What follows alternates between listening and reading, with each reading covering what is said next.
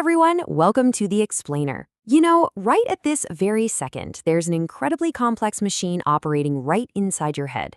Today, we're going to dive into the invisible but honestly deeply fascinating mechanics of our own minds. It's a question we rarely actually stop and ask ourselves, right? What exactly happens in your head when you think? I mean, it feels so automatic, it's instantaneous. But beneath the surface, there's a beautifully structured process at work. So our goal today is to demystify this abstract concept of thinking, and we're going to do it using some really clear visual models. Here's our roadmap for today. First, we'll look at the mechanics of thought. Then we'll move into processing information, navigating the flow of thoughts, problem solving, and creativity. And finally, we'll wrap up with the hallmarks of healthy thinking. All right, let's jump right into part one, the mechanics of thought, defining the abstract. Before we figure out how the engine runs, we kind of need to establish a baseline. In psychology, thinking is technically defined as the cognitive rearrangement or manipulation of information from the environment combined with symbols stored in your long-term memory. So think of it this way. Your brain is essentially a master builder.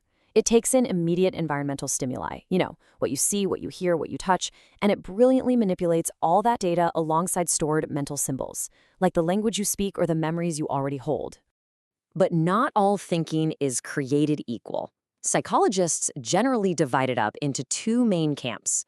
First, there's autistic thinking. Now, this is highly private, and it uses personal symbols. A great example of this would be the dreams you have at night, where logic pretty much goes completely out the window.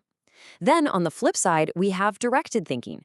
This is the highly focused, goal-oriented thinking that you use every single day, whether you're at work or just trying to solve a crossword puzzle. Moving on to part two, processing the information using the computer metaphor. To really understand directed thinking, we have to look at how the mind handles data. It's basically an organic computer. Based on the Atkinson-Shiffrin information processing theory, thinking is that absolutely crucial middle step. It's the mediation phase. Let's say you're at a store looking at a really cool vintage turntable. Well, that's step one, the sensory input, the stimulus. Step three would be the output, actually handing over your credit card to buy it. But right in between those two steps, that's where you weigh the pros and cons, check the price tag, and, suddenly remember you still need to pay rent this month. That active processing right there in the middle, that's thinking. That brings us to part three, navigating the flow, specifically looking at Jasper's model of associations. Okay, so we know thinking is a process, but how do we actually get from a single sensory input to a flowing stream of consciousness? Well, the philosopher and psychiatrist Karl Jaspers gave us two really vital concepts to understand this. The first is what he called the constellation. This is the massive, honestly almost overwhelming network of possible associations that branch out from just one single thought. But think about it. If we chased every single random association, we'd literally never get anything done. And that's where his second concept comes in, the determining tendency. This is the mental mechanism that acts as a filter. It maintains a consistent flow toward a specific goal, basically keeping our minds on track. So if you picture this in action, an initial thought immediately branches out into this huge constellation of possibilities. But we don't follow all of those branches, right? The determining tendency steps in and reins them all in. It naturally filters out the noise and narrows down that massive web of ideas so you can hit one specific, logical goal. Let's walk through a super practical example of how this actually plays out. Imagine a man just sitting in a room. That's our initial state.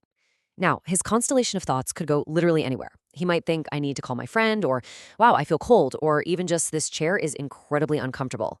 But thanks to the determining tendency, his mind focuses on the fact that he feels cold, which then leads him to notice a draft, which then leads to him hearing a dripping noise coming from the roof. You see how that works? The logical flow just continues until it results in a physical action, getting a ladder and a bucket to fix the leak. That right there is the determining tendency guiding a stream of consciousness perfectly to a goal. It's like an invisible guardrail, keeping your mind on track every single hour of the day. Which naturally leads us to part four, problem solving and creativity, reaching the goal. Now that we've seen the basic flow of thought, how do we actually use this mental machinery to, invent new things? Well, we have to draw a pretty sharp contrast here between two very different modes of problem solving. First, there's convergent thinking. This is what you use when there is one strictly right answer. You gather facts, you use established rules, and you converge on the correct solution. kind of like solving a math equation. But then, on the other hand, you have divergent thinking. This is creative, it's exploratory, it's flexible. It's exactly what you use when there isn't just one single correct answer, and you really need to venture out into the unknown to generate a whole bunch of novel ideas. Sometimes that divergent thinking leads to a massive breakthrough. The way this happens is through something called insight.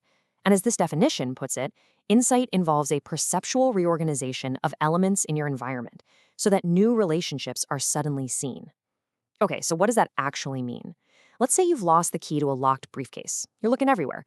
Suddenly, you glance at a sharp letter opener sitting right there on your desk, and you realize it could totally act as a lockpick. You haven't actually changed the object itself, right? You've literally just rearranged how you perceive the relationships between the objects in your world. Boom, that is insight. But here's the thing. That magical aha moment doesn't just happen in a vacuum. It actually builds through 5 distinct stages of creative thinking. Stage 1 is preparation. That's just gathering your facts and defining the problem. Stage 2 is where it gets really fascinating. Incubation.